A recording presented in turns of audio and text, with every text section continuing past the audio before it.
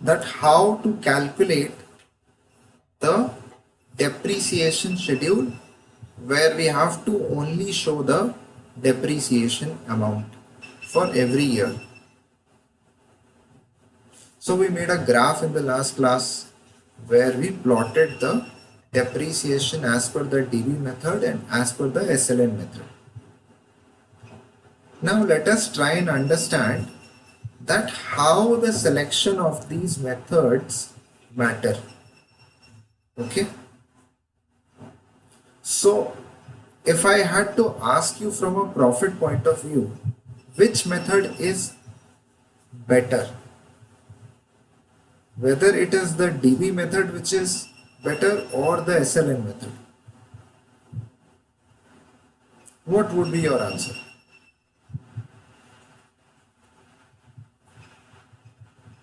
कौन सा method choose करेंगे आप?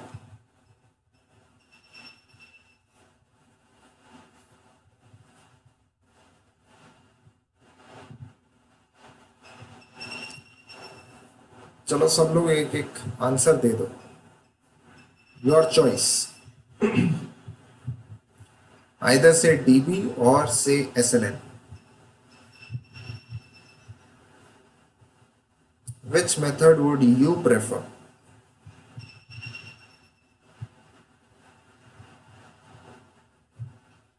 Quickly in the DB. chat. Okay. You're saying DB method. Preference के लिए कोई क्राइटेरिया बनाया? क्यों प्रेफर्ड है डीबी मेथड? सर एक टाइम पीरियड के बाद ये हमारे डेप्रिसिएशन वैल्यू कम होती जाती है तो हमारा profit will increase. Right. So as correctly pointed out by Manish, depreciation का amount charged over the years कम होता चला जाएगा, तो आपको प्रॉफिट के ऊपर कम चार्ज लगेगा. Anyone prefers the SLN method? Straight line method?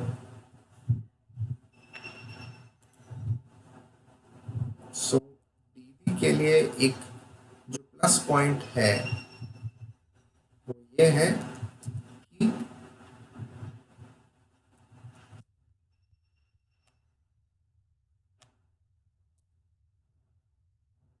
Profit increase in later years.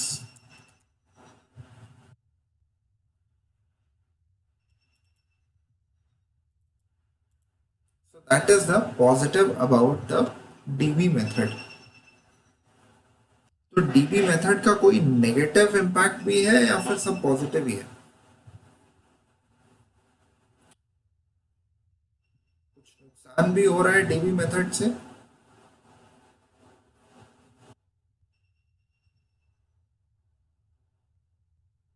या SLN मेथड का कोई पॉजिटिव हमें पता हो? SLN का एक कोई पॉजिटिव ट्रेड बताइए. यस. तो कैलकुलेशन इजी हो जाती है. Okay, that is nice.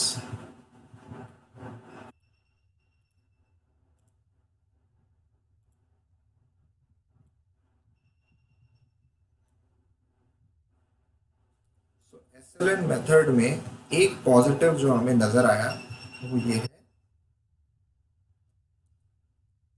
Easier calculation.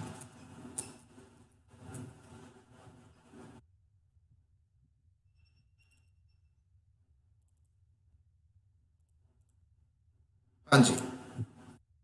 इसके अलावा और क्या कह सकते हैं?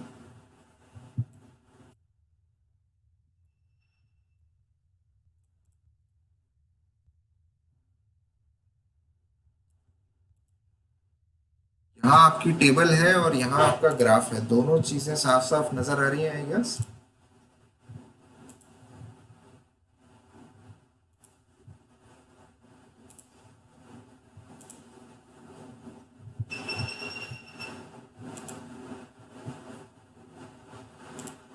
Yes, very clear graph now.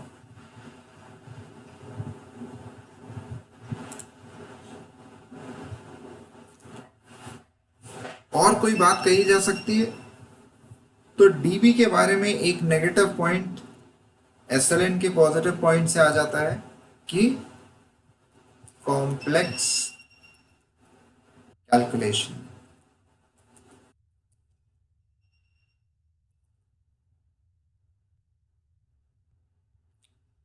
Profit के बारे में एसएलएन में कोई फायदा हो रहा है?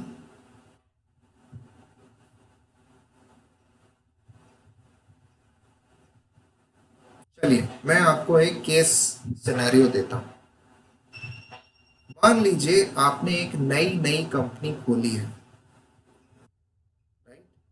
और आप चाहते हैं कि बहुत जल्दी आपके बिजनेस को ग्रो करने के लिए बहुत सारे कैपिटल की जरूरत पड़ेगी, इन्वेस्टर्स को आके कैपिटल कंट्रीब्यूट करनी होगी।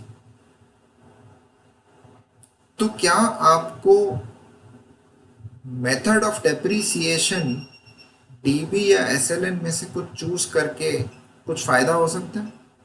कौन सा मेथड चूज करेंगे अगर आप, कि अभी नई नई कंपनी आपने खोली है और इन्वेस्टर्स को अट्रैक्ट करना चाहते हैं?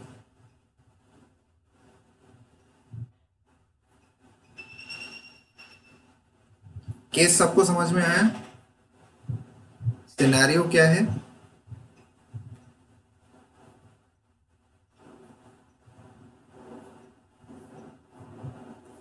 हाँ जी।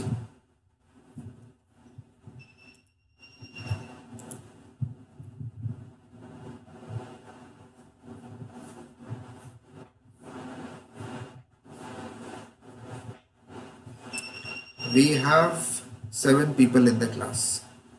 कोई भी नहीं बोल रहा है। किसी को समझ में नहीं आया क्या जो मैंने कहा?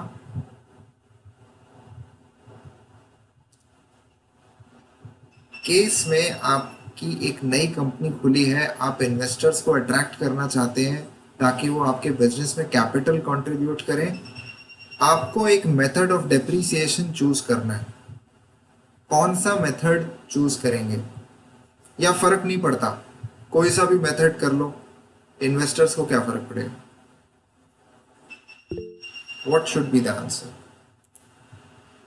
Adnan says profit remains the same in SLN. हाँ ठीक है, प्रॉफिट चेंज नहीं होता है। डेप्रिसिएशन तो कम से कम प्रॉफिट को अफेक्ट नहीं करता है। जितना फर्स्ट ईयर में लगा उतना ही लास्ट ईयर में लगेगा। क्या करना चाहिए अगर आपकी एक नई कंपनी है, इन्वेस्टर्स को अट्रैक्ट करना चाहते हैं? कौन सा मेथड चूज करें? या फर्क नहीं पड़ता, कोई सा भी मेथड चूज कर लो। 3 आंसर है आपके पास, या तो यू कैन से एसएलएन, और यू कैन से टीबी, और you can say it does not matter.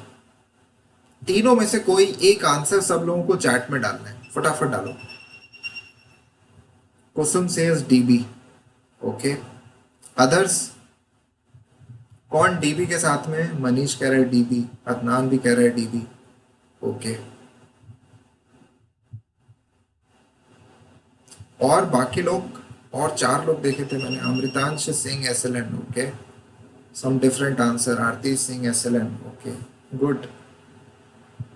Debate की सिचुएशन बन रही है, वेरी गुड।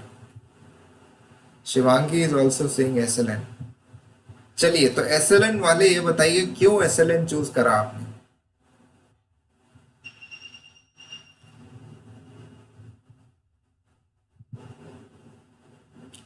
एक साइड पे लोग कह रहे हैं डीबी, दूसरी साइड पे कह रहे हैं एसएलएन। एसएलएन वाले पहले बताइए कि आपको एसएलएन में क्या एडवांटेज नजर आ रहा है?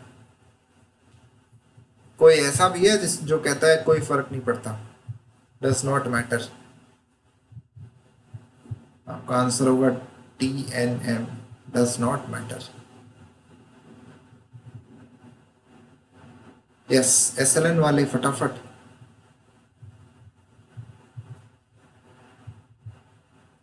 आरती, Amritansh and Shivangi, do we have an answer for SLN? क्यों प्रेफर कर रहे हैं एसएलएन?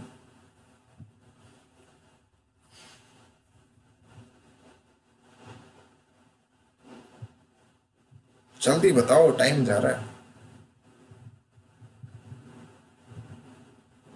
अच्छा चलो, डीबी वाले बताओ, why prefer diminishing balance method? क्या फायदा होगा आपकी सिचुएशन में?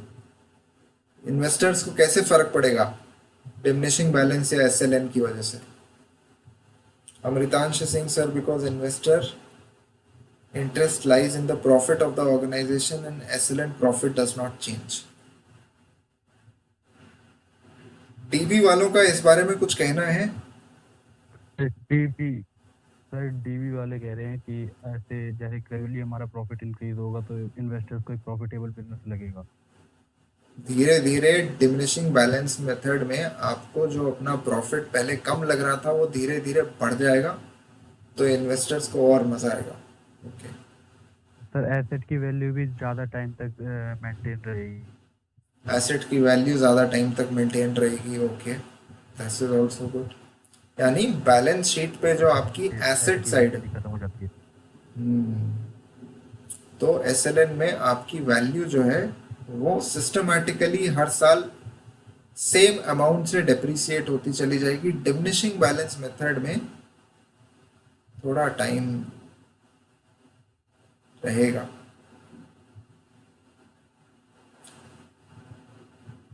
सो डिपेंड्स आप क्या अपनी कंपनी का परसेप्शन रखते हैं। अगर इन्वेस्टर्स को अगर आप कह रहे हैं कि हमारी कंपनी को अभी 3-4 साल लगेंगे प्रॉफिटेबल होने में, तो आप डिमिनिशिंग बैलेंस मेथड अभी अप्लाई करोगे ताकि बाद में डेप्रिसिएशन का इम्पैक्ट कम आए। ठीक है? अगर आप आज प्रॉफिट दिखाना चाहते हो, अभी 2-3 साल प्रॉफिट को जितना मैक्सिमम वैल्यू पे रख सकते हैं उतना दिखाना चाहते हो, तो आपको एसएलएन मेथड ज्यादा सूट करेगा। Everybody understands this?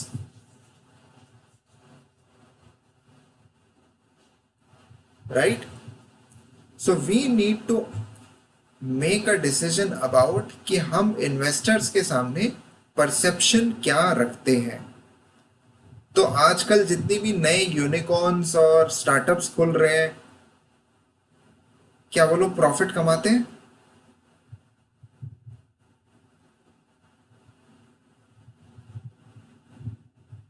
ओला, उबर, फ्लिपकार्ट, ये कंपनीज अभी प्रॉफिटेबल नहीं है। बहुत सारी कंपनीज बहुत लंबे टाइम तक, जोमेटो का बहुत लंबा एक्सपीरियंस रहा है जहां पर वो प्रॉफिटेबल नहीं हो पाए थे। क्यों? क्योंकि इनिशियल ईयर्स में जब आपका नया बिजनेस है, आप you are trying to understand the business model, you are trying to create the best possible business, तो आप अभी प्रॉफिटेबल होने का मोटिव नहीं रख सकते। Right? So you have to tell your investors कि look, we are figuring out the business model, अभी टाइम लगेगा, हम लोग भी नए हैं, बट हमारे पास एक आइडिया है, we have this idea to expand our business. अगर आइडिया काम कर गया तो आपको बहुत प्रॉफिट मिलेगा। राइट? बट अगर आप एक ऐसा बिजनेस हो जो कह रहा है कि नहीं, मैं प्रॉफिट आपको अभी 3-4 साल में कमा के दिखाऊंगा या दिखाऊंगी, तो आपको एसएलएन मेथड के साथ जाना चाहिए। अच्छा चलो दूसरी सिचुएशन देता हूं।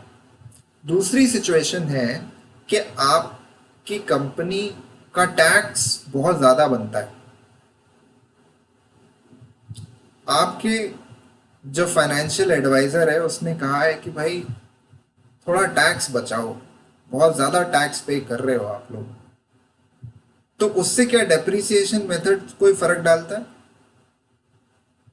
अगर आप बहुत ज्यादा टैक्स पे कर रहे हो तो क्या करना चाहिए, कौन सा मेथड अप्लाई करना चाहिए? Amritansh Singh, SLN.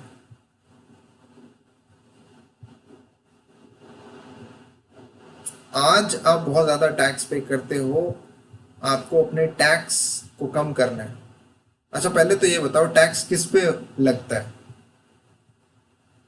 Tax is chargeable on what? Income? Amritansh, I am talking about businesses, net income, right?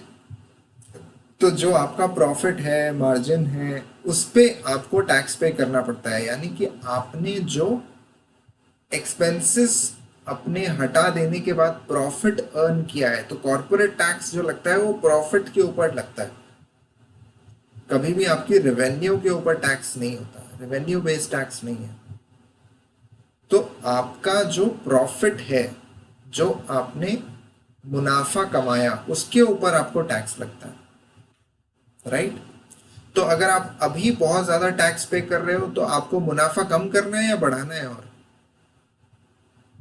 should we reduce the profit if we are paying lot of tax, or should we increase? Yes, we have to reduce the profit. Profit reduce करेंगे तभी तो कम tax देंगे, right? तो profit immediately अगर reduce करना है तो आपको डीबी मेथड अप्लाई करना चाहिए। क्यों? क्योंकि आपका डीबी मेथड में डेप्रिसिएशन इनिशियली बहुत हाई होता है, तो आप उस साल टैक्स ज्यादा बचा पाओगे अगर आप डीबी मेथड के साथ में डेप्रिसिएशन चार्ज करते हो। Amit, is it clear? No sir, sir फिर बताएंगे, रिपीट करेंगे। सो आप अगर आज इस साल बहुत ज्यादा टैक्स पे कर रहे हो, आपको अगले साल के लिए टैक्स अपना कम करना है, तो बेसिकली आपको अपना प्रॉफिट कम करना पड़ेगा, राइट? प्रॉफिट कम करने के लिए, इमीडिएटली प्रॉफिट कम करने के लिए डिमिनिशिंग बैलेंस मेथड ज्यादा अच्छा काम करेगा, क्योंकि ज्यादा डेप्रिसिएशन लगता है शुरू शुरू में। यस ज्यादा सर। ज्यादा डेप्रिसिएशन मतलब कम प्रॉफिट, कम प्रॉफिट मतलब कम टैक्स, ठीक है? Yes sir. तो simply by making a choice of depreciation method आप टैक्स भी बचा सकते हो और अपने प्रॉफिट को मैनिपुलेट भी कर सकते हो। बहुत सारी कंपनीज में ये वाला काम होता है, ठीक है? And this is totally legal, okay? It's not illegal, because depreciation has to be charged. तो आपकी कंपनी की चॉइस किस तरफ है वो आपको अपने बिजनेस ऑब्जेक्टिव से पता लगानी है। अगर आप अभी ग्रो करना चाहते हो, प्रॉफिट नहीं दिखाना चाहते हो, टैक्स कम पे करना चाहते हो, तो आप डिमिनिशिंग बैलेंस मेथड यूज करोगे, ठीक है? अगर आप टैक्स जितना पे कर रहे हो उससे आप हैप्पी हो, आपको प्रॉफिट्स ज्यादा दिखाने हैं, तो आप एसएलएन मेथड के साथ जाओगे, क्योंकि एसएलएन मेथड एक रेगुलर डेप्रिसिएशन लगाएगा आपके प्रॉफिट के ऊपर, वो बढ़ेगा या घटेगा नहीं, ठीक है? सो that is how you make a decision about diminishing balance and straight line method. Okay, तो अब डेप्रिसिएशन में एक आखिरी काम जो हमको रह गया है, दैट इज कि हमें शीट को ऑटोमेट करना है। तो हम क्या करते हैं, हम केस नंबर 2 पे चलते हैं। जो केस नंबर 2 में हमारे पास यहां पर जो टेबल है, जो हमने शीट क्रिएट करी थी, उसमें हम ये चेंजेस ला सकते हैं।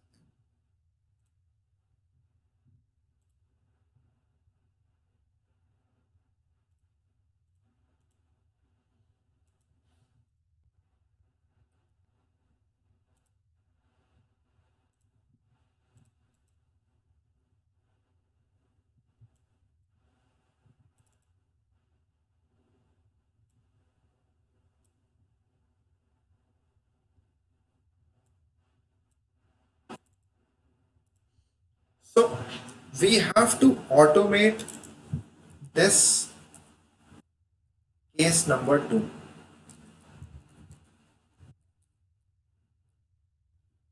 मैंने यहाँ शीट में नाम दिया है डेप्रिसिएशन केस 2 ऑटोमेटेड। तो सबसे पहले तो हम आइडेंटिफाई करते हैं कि हमारी जो शीट में अभी फुल ऑटोमेशन में प्रॉब्लम्स कहाँ कहाँ पर है। अगर हम इस शीट को फुली ऑटोमेट करना चाहते हैं तो where are we finding the issues?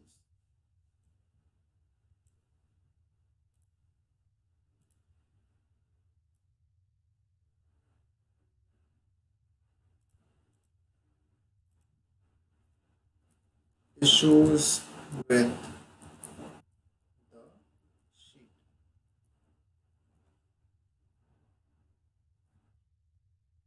हाँ जी, सो एक जो बहुत इम्पोर्टेंट इशू है अभी, बिल्कुल वो हमें टेबल में ही नजर आ रहा है, दिख रहा है अभी, कौन आइडेंटिफाई कर सकता है? वो ये एक रो है जिसमें वैल्यूज नजर नहीं आ रही है। Last year depreciation, very good. तो ये कब होता है इशू? ये इशू हम कब फेस करते हैं? कौन से ऑप्शन में प्रॉब्लम आती है? ये हमेशा होता है या फिर कभी एक स्पेसिफिक सिनेरियो में प्रॉब्लम आती है? लास्ट ईयर का डेप्रिसिएशन कब कैलकुलेट नहीं हो पाता?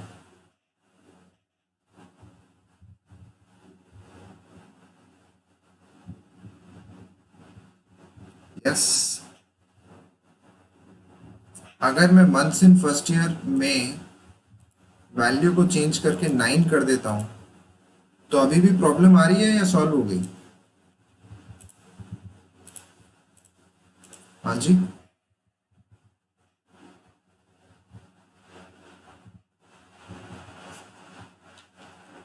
देखो प्रॉब्लम्स को अभी डिस्कस नहीं करेंगे तो फिर उनको सॉल्व कैसे करेंगे? So what is the problem? फटाफट कोई बताओ, ऐसा कब होता है कि लास्ट ईयर का डेप्रिसिएशन कैलकुलेट नहीं हो पाता? व्हेन आई सेलेक्ट 12, तो हमारा पहला इशू क्या है? If months is 12, then last year depreciation is a problem. ठीक है, बात समझ में आई है सबको? ये तभी होता है जब हम मंथ्स इन फर्स्ट ईयर में 12 की वैल्यू सेलेक्ट करते हैं। What is the next problem that we face in this sheet?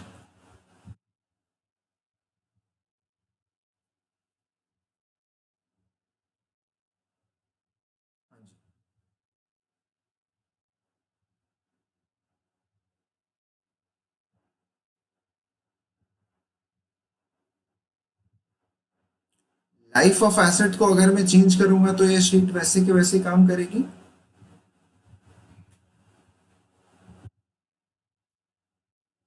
वो सर क्योंकि हमारी टेबल हार्ड कोडेड है अभी। अगर मान लो मैंने यहाँ पे 10 साल की जगह पर 5 साल कर दिया, तो अब हमारी टेबल में माइनस की वैल्यूज नजर आ रही है, जो बिल्कुल गलत है। तो दूसरा इशू जो हमें सॉल्व करना है, if select other value for life of asset,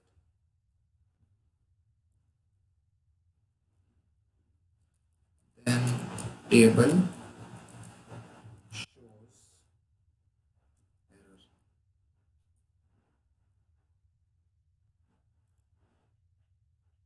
ठीक बात। So we have two issues to solve.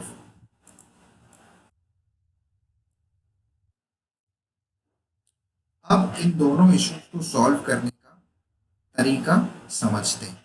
ठीक है, so what we will try and do is कि हम प्रोग्राम ऐसा करेंगे कि जो रो हमको जरूरत नहीं है वो नजर ना आए। Alright, so that is the thing that we have to do. So we have to implement कि अगर किसी रो की जरूरत है तभी वो नजर आनी चाहिए, नहीं तो नहीं आनी चाहिए। How can we do it? Step number 1,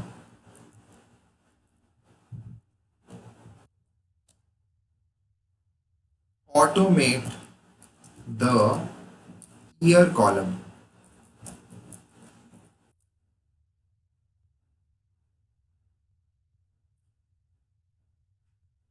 तो हमें यहाँ पे दो सिनेरियोस कंसिडर करने होंगे। When month is less than 12, when month is equal to 12। जब हमें months in first year less than 12 दिखते हैं तो हमें कितनी रोज की जरूरत पड़ती है? यहाँ पे लाइफ ऑफ एसेट में वापस 10 कर देता हूं। तो अगर months in first year less than 12 है, यानी 1 से 11 के बीच में है, तो हमें कितनी रोज की जरूरत होगी? मान लो अभी 10 साल लाइफ ऑफ एसेट है, तो हम कितनी रोज यूज कर रहे हैं?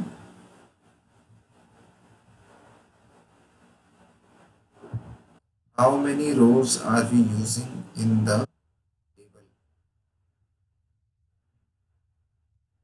ईयर वाला कॉलम कौन सी वैल्यू तक जा रहा है आगे? 11, राइट? तो जब हमें 10 साल लाइफ ऑफ एसेट गिवन है और मंथ्स इन फर्स्ट ईयर अगर हम 12 से नीचे की कोई वैल्यू सेलेक्ट करते हैं, मान लो 11 ही सेलेक्ट करते हैं, तो हमें पता है कि we need life of asset +1 रोज।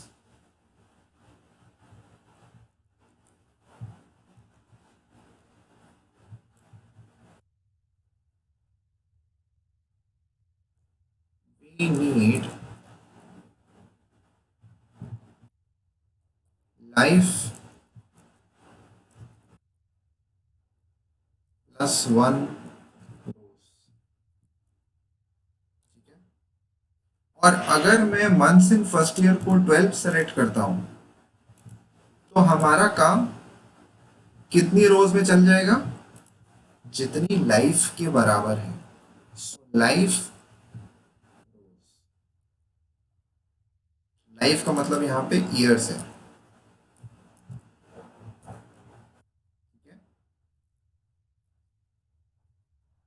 तो जितनी हमको रोज चाहिए उसके हिसाब से पहले तो हमें ईयर्स देखने चाहिए। ठीक है। काम शुरू कहां से करेंगे? काम शुरू करेंगे सेकेंड रो से।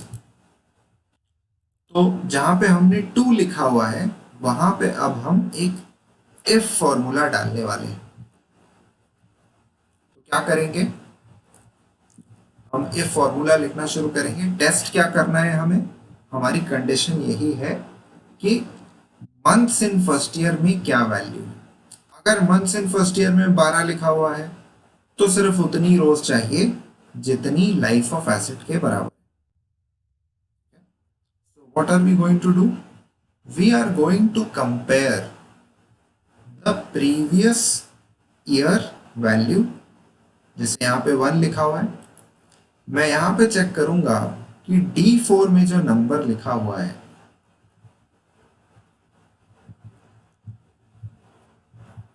if we have months in first year B6 here equal to 12, then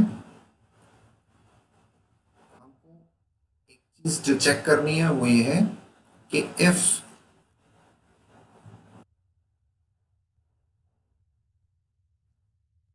one जो प्रीवियस रो का नंबर है is less then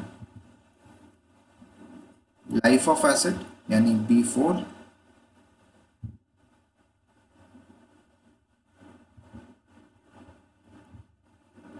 then what do we have to do? We have to add 1 to D4। और अगर ऐसा नहीं है, अगर हमारे पास ईयर वहां तक पहुंच गया है जहां पर B4 है ऑलरेडी यानी 10 तक, तो हमें क्या करना है? यहाँ पे इसको एम्प्टी छोड़ना है। So that is going to be your first if formula। दूसरा if formula हमें चेक क्या करना है? जब हमारे लिए months in first year less than 12 होता है. So we are going to check D4 is less than life of asset B4 plus 1. तो अगर ऐसा है then we have to add 1 to D4. अगर ऐसा नहीं है तो हमें इसे खाली.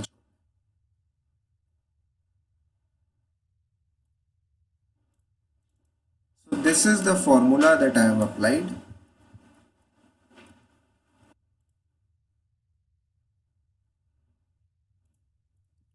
Now when I stretch this formula, तो आप देखोगे अपने आप ही ये 10 पे रुक गया, because I have programmed it to stop at 10, क्योंकि मंथ्स इन फर्स्ट ईयर 12 है. अगर मैं मंथ्स इन फर्स्ट ईयर 12 से कम कर देता हूँ, 7 या 8 सेलेक्ट करता हूँ, तो ऑटोमेटिकली वो 11th रो दिखा रहा है. Also now I can change the life of asset. तो अगर मैं 15 रो चाहता हूँ, यहाँ पर 15 साल का है, तो मैं 15 साल तक रोज को ऑटोमेटिकली एक्सटेंड कर. So this is the power of automating the year column.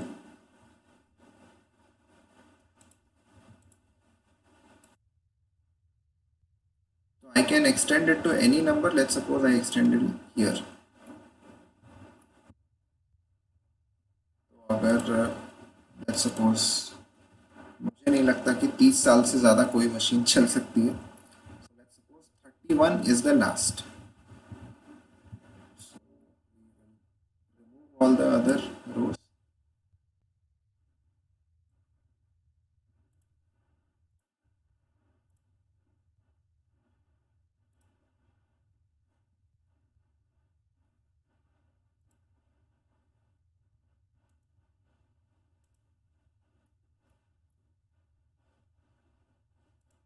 I will also remove the table rows.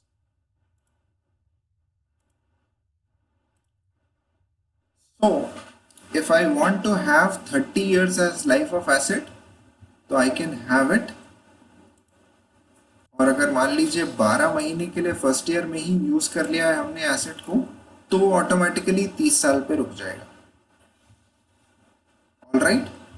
So this is how we automate the first column, that is your year column, ताकि हमारे जो years हैं वो सही तरीके से आए. अब दूसरी चीज है, step 2 is automate the opening balance column. तो कंडीशन क्या है हमारी यहाँ पर? कंडीशन ये है कि जो ईयर वाला कॉलम है उसमें कुछ नंबर नजर आना चाहिए, तभी तो ओपनिंग बैलेंस आएगा यहाँ पर. अगर मान लो मुझे 31st ईयर तक जाना ही नहीं है, तो 31st ईयर के लिए ओपनिंग बैलेंस कैलकुलेट करने की जरूरत नहीं. तो मुझे चेक करना है if year cell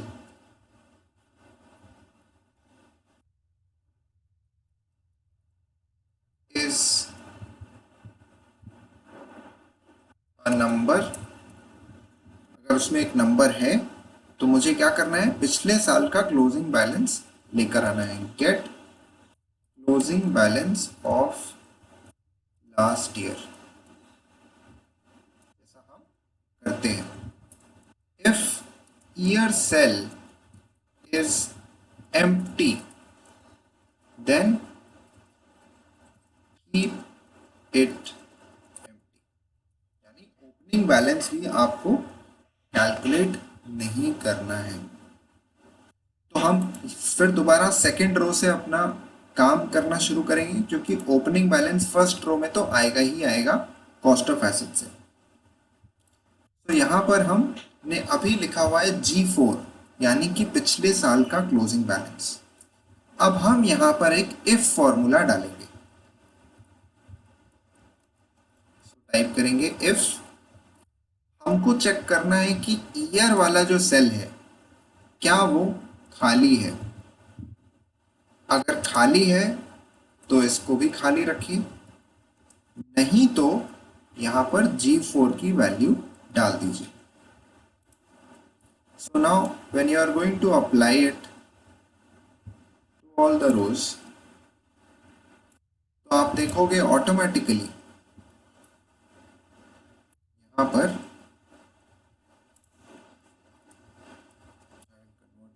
range,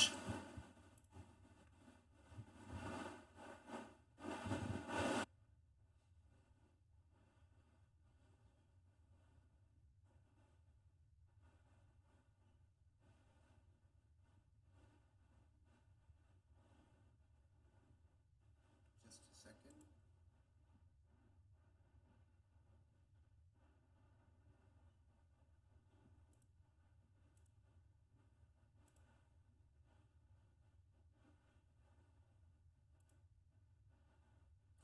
Convert to range.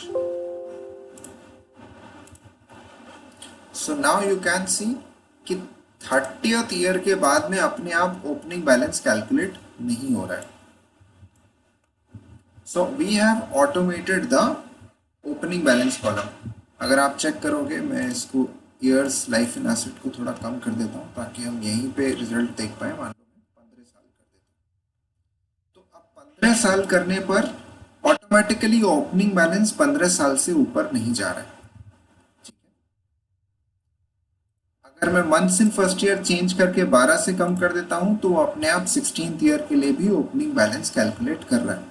So we have successfully automated the opening balance column. Similarly हमें क्लोजिंग बैलेंस कॉलम को भी ऑटोमेट करना है। सारा मेथड वही है, बस हमें ओपनिंग बैलेंस की जगह पर बात करनी है क्लोजिंग बैलेंस की।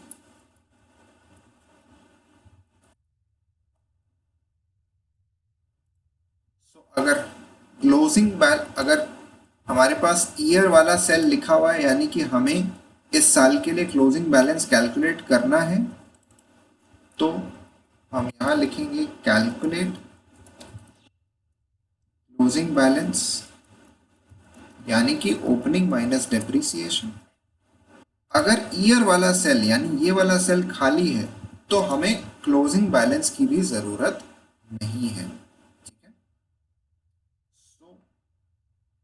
क्लोजिंग बैलेंस में जाइए और क्लोजिंग बैलेंस में हम अब यहाँ पर एक इफ फॉर्मूला कैलकुलेट करना शुरू कर सकते हैं। एक्चुअली सेकेंड रो से शुरू करते हैं, जो कि फर्स्ट रो में तो बना ही रहेगा जैसा भी सेटअप है हमारा।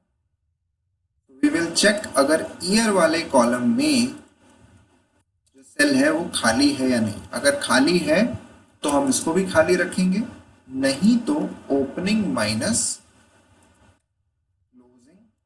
यहाँ पर फीड कर देंगे। So now when you are going to drag this formula down, आप देखोगे कि automatically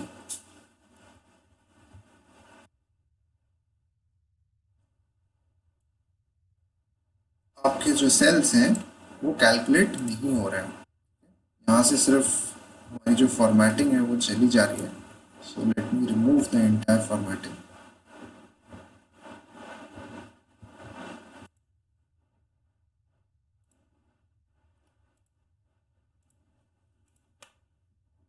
now from 16 year onwards हमारा क्लोजिंग बैलेंस कैलकुलेट नहीं हो रहा है।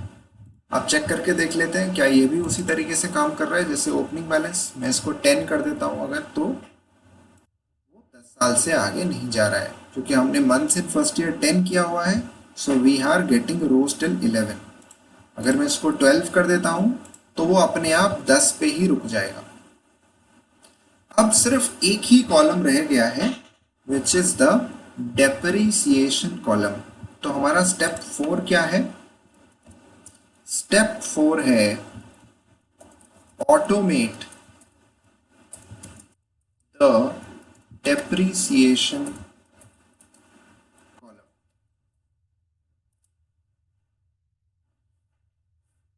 अब डेप्रिसिएशन कैलकुलेट करने के लिए बहुत सारी बातों का ध्यान रखना पड़ेगा।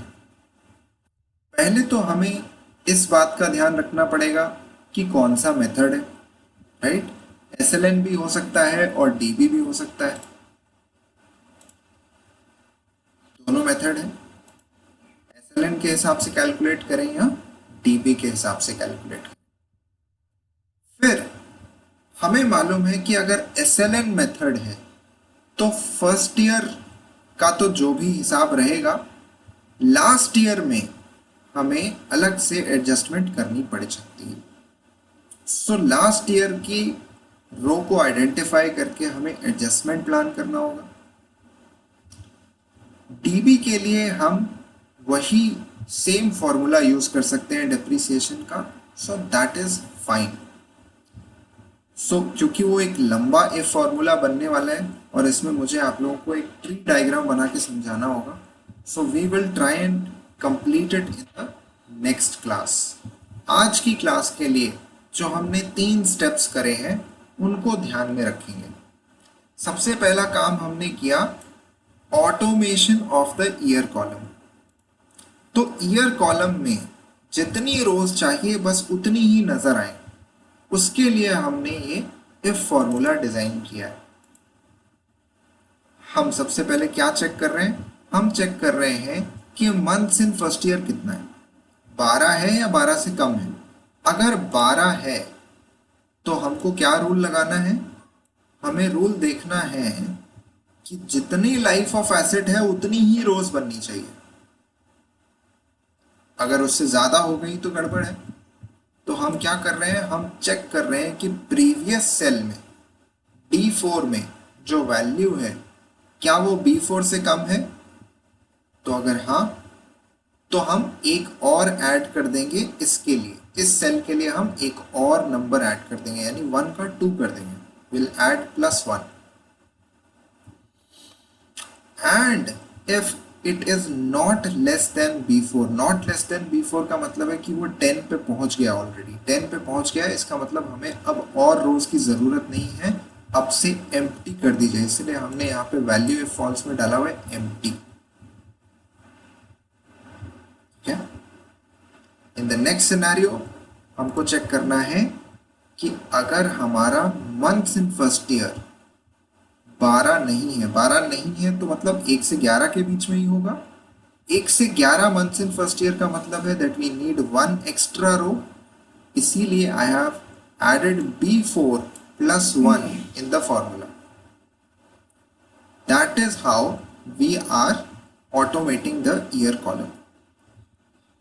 एक बार अगर आप ईयर कॉलम ऑटोमेट कर लेंगे तो ऑटोमेशन ऑफ ओपनिंग बैलेंस आसान हो जाएगा। हमको बस ये चेक करना है ओपनिंग बैलेंस में कि ये वाला जो सेल है, इस सेल में नंबर है या ये खाली है। अगर ये सेल खाली है तो इसको भी खाली कर देंगे, नहीं तो पिछले साल का क्लोजिंग बैलेंस नोट कर लेंगे। Similarly for closing balance we will check कि D5 में नंबर है या वो खाली है। अगर खाली है तो क्लोजिंग बैलेंस वाले सेल को भी खाली रखेंगे, नहीं तो we will calculate opening balance minus depreciation which gives us the closing balance. Okay, ये दोनों ऑटोमेशन हमने ईयर के और ओपनिंग और क्लोजिंग बैलेंस के कॉलम्स के कर लिए हैं। इनको समझना होगा, तभी हम स्टेप 4 की तरफ बढ़ सकते हैं। स्टेप 4 में हमें डेप्रिसिएशन के कॉलम को पूरी तरीके से ऑटोमेट करना है। Okay, so on that note let us and this class today, और अगली क्लास में हम डेप्रिसिएशन केसेस को कंप्लीट कर लेंगे by automating the depreciation column. Alright, and since you are not asking any questions, तो आई बिलीव कि सब लोगों को सब बात समझ में आ गई होगी, है ना? ऐसा ही है।